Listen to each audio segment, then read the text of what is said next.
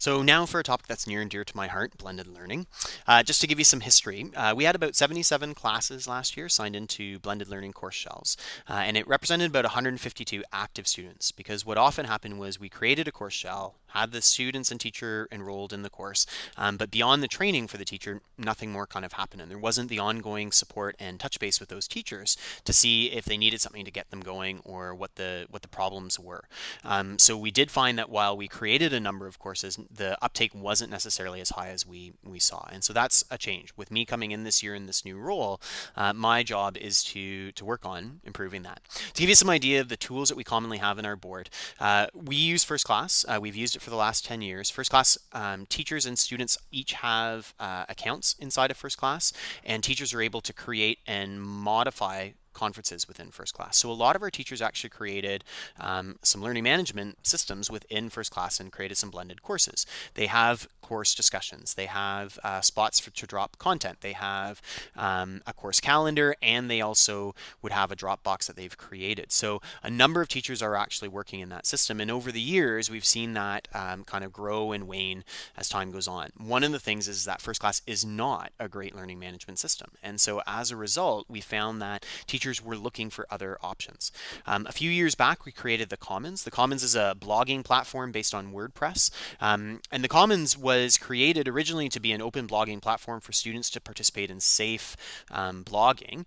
And it's grown since then and has a number of capabilities similar to a learning management system. And so we've got that one kind of competing. There's similarities there to what D2L can do. And as a board, as we're identifying the different tools in our organization and how you'd use them, it's become quite clear that there is a lot of overlap between the Commons and what D2L potentially offers to teachers. And then last but not least, a number of our teachers have gone and found their own tools, and Edmodo tends to be the tool of choice there.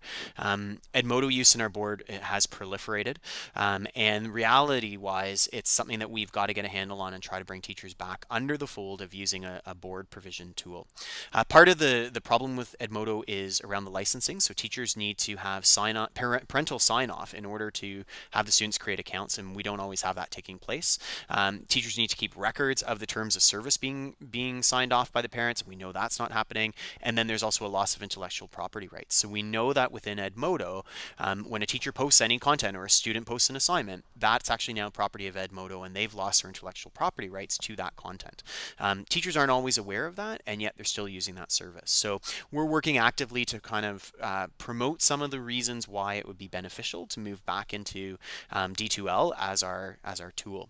We're working with the people who have developed the Commons, which are some of our 21 CAL consultants, around integrating it. So the idea being that you would log into D2L, that would send off your username and password for the Commons so that you could be logged into the Commons at the same time, similar to what's going on with the Orb, where we have authentication happening through D2L.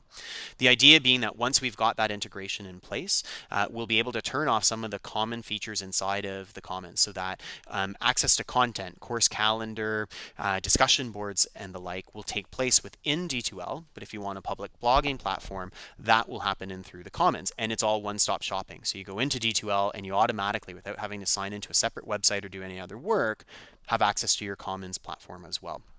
That'll help us improve our numbers because that'll get a number of people in to the system. And once they're in, we can start showing them all the other benefits to using Desire to Learn and show them where that fits with what they're doing and adding to what they're already doing.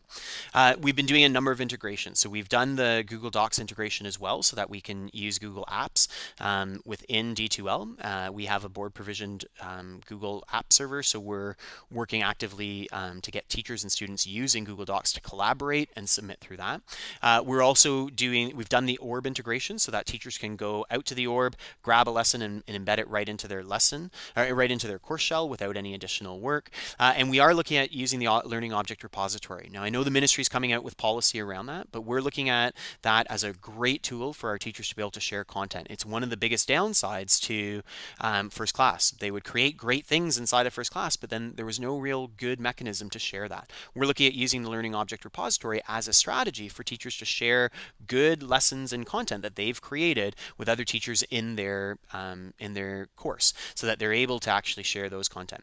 We're working on developing what our practice is going to be, waiting for the ministry policy, and when that policy comes out, we'll see how it aligns with what our practices were and adjust our practices so that we can meet those needs. But we're quite excited about the Learning Object Repository and its power. Last but not least, the portfolio tool. So we're using ePortfolio.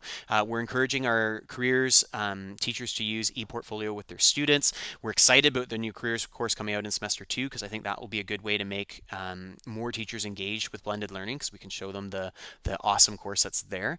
And the ePortfolio tool we're also encouraging with our guidance counselors, our student success leads, and our alerts. And the idea being there that for a lot of our at-risk students, collecting evidence of learning and evidence of good things that they've been doing can be helpful when they get out into the workplace, when they get out into applying for jobs or trying to demonstrate what they've done while in high school. So that tool I think is quite powerful, and we're really excited about using it. We right now are working with grades 7 through 12. I've been going out to all the department head meetings and meeting with cabinets to talk about first class. First class conferences are being turned off in September, so this is a great time for us to migrate people out of first class and into the LMS. So we are actively meeting with them, talking about why they'd want to move into the LMS, showing them how they could use the LMS and how they could actually improve on what they've been doing in first class and doing some bigger and better things within D2L. In addition, we're also targeting grades 7 and 8. And the reason we haven't gone lower is we're just waiting for the elementary content to be released. Once that's available, we'll start targeting those lower grades. But for now, we're targeting grades 7 through 12. With our 7 and 8s, we're first tackling the groups that had already started with blended shells last year and just trying to identify where things fell apart and trying to meet those needs for those teachers so that they continue to use it with their students beyond just simply that pilot phase that we had started last year. We're also looking at trying to grow the system by doing integrations with ESIS. So we're an ESIS board. We're doing the automatic shell creations that we can turn around a course shell with student enrollment within a day, as opposed to a couple days, which it takes right now because we're manually doing it.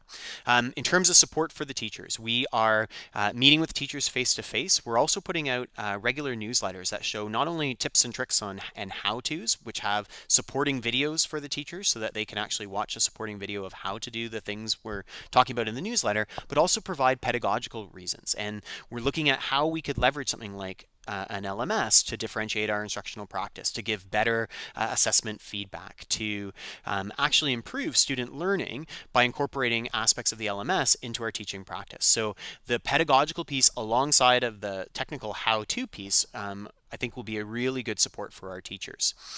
We're also looking at targeting Westmount Secondary School. So Westmount has a self-paced learning program, and what we see as a good area for an LMS is in a self-paced learning program. So we're working with teachers there actively and the whole school around converting what they've got right now, which is essentially paper booklets that the students work through, and they're 20 booklets per course, and they have to do them in order.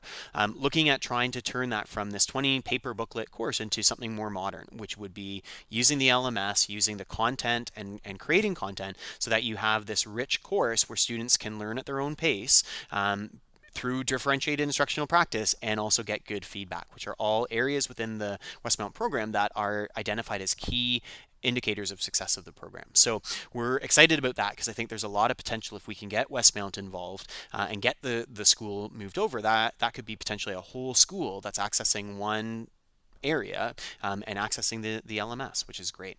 Currently, we have about 5% of our secondary students online in blended learning shells within D2L, and we're looking at increasing that throughout the semester. Definitely the integrations with the Commons will be a huge boost to us. Just to put it into perspective, last month there were 30,000 hits on the Commons. So if that was now first happening through D2L and then they're going out to the Commons, and then as a result the teachers also using the calendar and the other tools inside of D2L, I think that will really improve our numbers board wide. So we're excited about that. And then as the elementary piece comes out from the ministry, we'll start targeting the younger grades, and I know that carousel will definitely be a hook. And so we'll start going out to the schools and spreading the word to promote that.